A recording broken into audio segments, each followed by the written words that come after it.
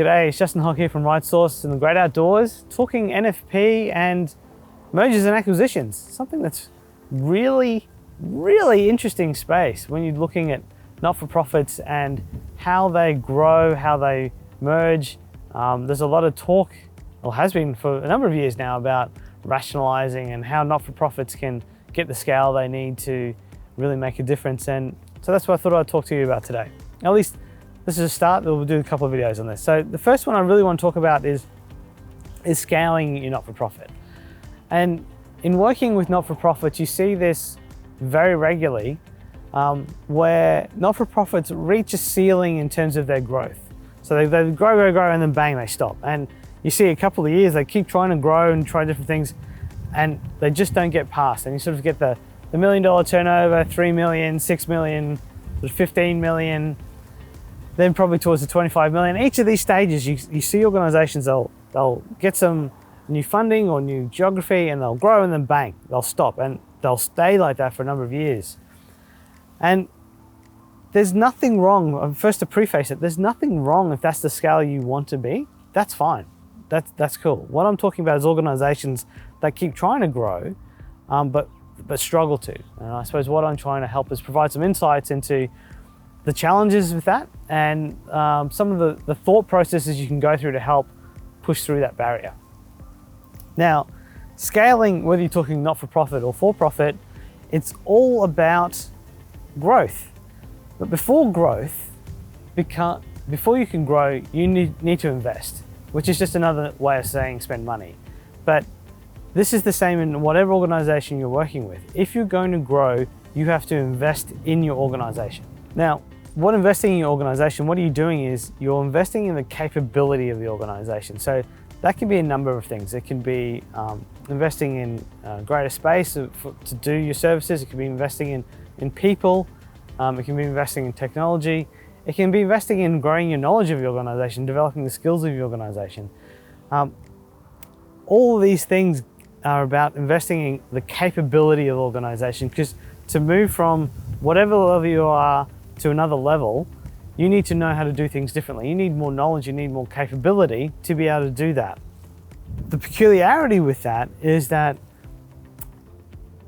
when you look at your financial reports, if you're investing in that capability to then allow for growth to happen, along that path, that initial investment will look like you're increasing your overheads. Well, I mean, you are increasing your overheads. That's what capability tends to be. But the increased overheads is what's going to give you the increase to disproportionately increase your capacity to do more. And this is the first real mindset thing that's a challenge for a lot of people in not-for-profits, and particularly the boards. CEOs tend to get it a bit quicker, but then the boards can sometimes struggle, because when you start talking about, well, we're going to increase our overheads for a period of time so we can grow,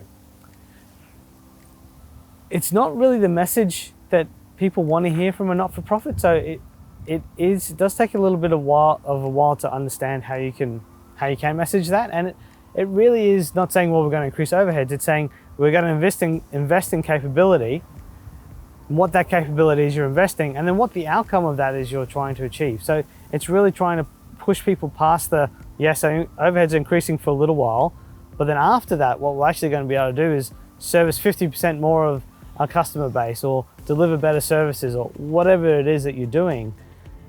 And to do that, you have to go through this hurdle. The next issue with not-for-profits is, well, okay, we're investing money in our organization. It's great if we've got funds, but where do we get funds from if we're not? Because the not-for-profit, we can't do what for-profits do, and that's go and ask shareholders for money, because there are no shareholders. You don't get seed capital. You can't do an IPO. You can't do a capital raise. So how does a not-for-profit get that funding to do that investment? There's two ways. Obviously, if you've got the easier path, is if you do have funds or available reserves, it's really tapping into those reserves to create that capability. This really requires planning and good process, because if you're going to tap into your reserves for a period of time, reduce those to then come out the other side and actually increase your capability so that you can replenish and grow those reserves further and your capability, there is obviously a plan that needs to be in place, and that needs to be well well managed and measured to make sure that you don't just spend your reserves and you got nothing left. So, and it's a risk. So it's a bit of a risk-taking exercise as well. And that's the easy way. Now, the harder way is then to look at, well, we've got no funds or we've got limited funds. How do we get funds? And as I said before, not-for-profits can't go to the share market and say, hey, can we need some equity, please? But they can do something similar. It depends on how you look at those who are giving money to your organization. If you look at them as donors and those donors are giving money that you must give to your cause, well, that's one way to look at it, and I suppose that's the generic way. If you look a bit deeper, what donors are often looking at is, and especially now, I think you're seeing a lot more work done by donors in terms of the pre-work and who they're going to give to, because they want to understand the impact your organization is making. So donors want to come along on the journey. They want to be part of a story. They want to be part of an impact and doing good. Now, part of an impact that your organization can make is obviously delivering services, but is also growing capability. So part of your story to your donor base and to those that you're doing your fundraising through is to say, look, this is our goal. This is the impact we want to make. Like, not just today, but in the future, we want to, solve homelessness, or we want to find a cure to this disease, or we want to fix youth unemployment. These are big goals that need big scale. And to achieve that, we're going to grow our capability to achieve those goals. We're not going to necessarily be able to give all the money that we get away straight away. We're doing it to grow our capability to fix a larger problem.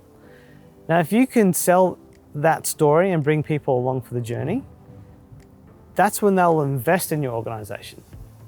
Yes, it's a donation because they're not getting any return for it financially, but they're getting a social return. They're getting that part of the story.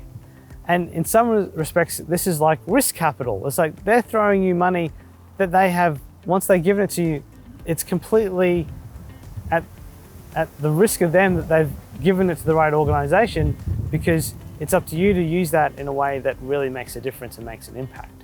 So that process, that fundraising process or risk capital process, that is something that takes, again, good planning and a period of time to develop the story, to bring people on the journey, and to develop the internal knowledge on how you run that process consistently over a long period of time to then build the funds, to build the capability to make the impact that you're making. And that's why scaling is hard. I mean, it's not just about asking your board what networks do they know, and there's someone that might be able to drop in a chunk of money, or ask the government to give you some more funds so that you might be able to do it, or find that philanthropic interest who really sees what you're doing and is happy to give you cash just on, best wishes. It's a more structured approach, it's a more meaningful approach, and it's something to be done on purpose.